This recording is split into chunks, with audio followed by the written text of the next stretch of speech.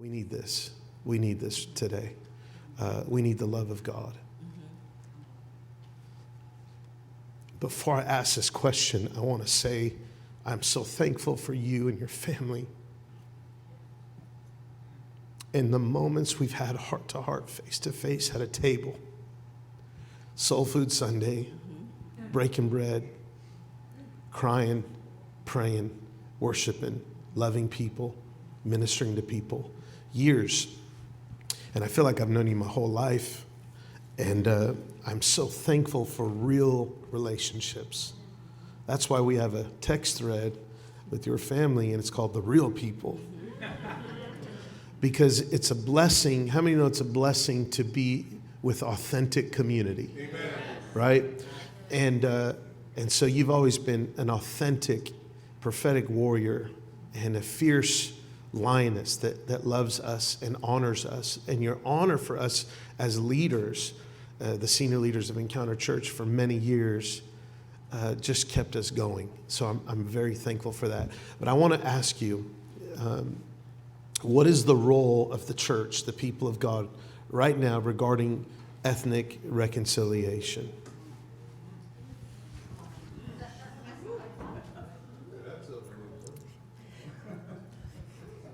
Okay, you wanted a short answer. No, this one isn't a short answer. This is a regular answer. Okay. I switched it up. So when we get to a place that we know who we are, that we know who our Father is, and that we're made whole and we are healed, we can go out and heal the world. And I just said a few minutes ago that a lie doesn't get power, it doesn't get authority until we start believing that it's true, right? Okay, so I think the first role that we have is to dismantle a lie. And it is one of the greatest lies that hinders, in my personal opinion, ethnic reconciliation, and that is the lie about race. Because when we stop believing that there's multiple races and we come into the reality that God created one race, which is the human race, that brings us into humanity, because now I don't have to see you as white and you as Hispanic and you as Asian. And I don't know if you guys realize this yet, but I'm here to expose them because I'm a prophet that brings truth. Just in case you didn't know, you guys are under a false impression that your pastors are white, but I'm going to tell you right now, they're the blackest pastors I've ever sat under. Keep living, keep watching. Come on, somebody. But when we get to that place that we can humanize the ethnos by stop dividing what God has never divided, and we realize we're all one race, the human race. When the church gets that, and we come and we break the lie that it's us against them and them against me, we begin to see each other through the lens of love and the lens of heaven. And that doesn't mean we walk around being colorblind, like, I don't see color. Well, that's not quite true, because God made us all in colors. There's various hues and shades, various nations and nationalities is diversity, but it's one race. So that brings me to a place where I can't help but to look at you with love. And it starts with us, because God is love and God is our Father, and so we are to reflect who He is, which is love.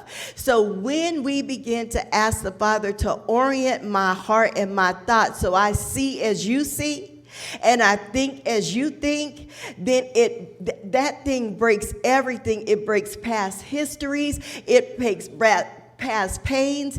Listen, the love of God can destroy even the pain of past experiences. Because sometimes things are birthed in us, in the kingdom and outside of the kingdom, that we've had some experiences with people who were a different shade or hue than us that has set up and locked up a lie in our heart. But when we ask God to give us your heart, it causes us to rise to the forefront of bringing ethnic reconciliation, because this is my brother, this is my brother, this is my sister, this is my cousin that look just like Jesus, and I'll go to war for my cousin.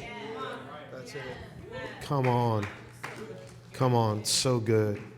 Now, I'm sure you believe that we as the people of God should be wanting to love people that are truly suffering injustice and oppression.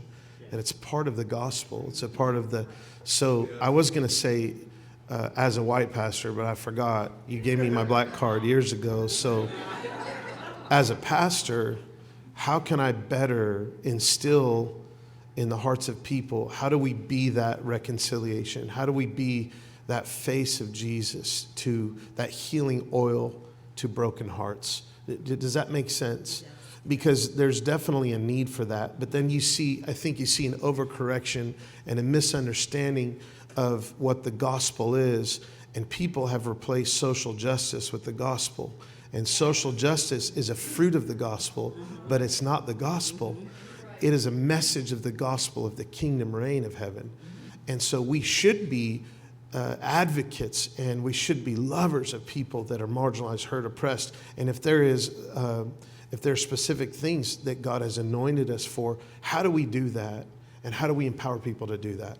Okay. First question you said, as a pastor, I'll say this, is that you've done a really, really amazing job in living it. And I think that's where we follow the lead. We live like you teach us to lead, by how you live. So when we see you as our leader living it, when I can break bread with you and the same message that you're preaching behind the pulpit is the same message that you're conveying at the table breaking bread, when I can see you stop for the one, when I can see you stop for a homeless person and offer to pray with them, when I see you stop for someone that is living a marginalized life, and you say, what can I do to help? And you're offering them more than just a handout. You're offering them hope, the hope of heaven. It changes it, because that's the model that I want to fashion myself after, because I truly see Jesus in you. We're living epistles, and when I look at you and I see how you and Rochelle live, it makes me want to live better. And so when we want to live better, you live better, we live better, and then we teach the world how to live better. It creates a chain reaction. So that it's not just our words, it becomes a lifestyle. Are we really committed to living a lifestyle of serving up justice and mercy? Are we really committed to living a lifestyle of extending love, hope, and grace? Because God is inclusive. And when we understand the inclusivity of heaven, then we operate from that place. And again, it breaks down the separation. And I'm not just talking about in the separation of colors, but in orientations of economics and all of those things that we tend to build casts and walls around. It breaks that down. So good. Yes. Wow. So good. It goes back to what you said, God, give us your heart. We need the heart of God, so we can see one another and celebrate who we are, that beautiful diversity, that we're family. I want to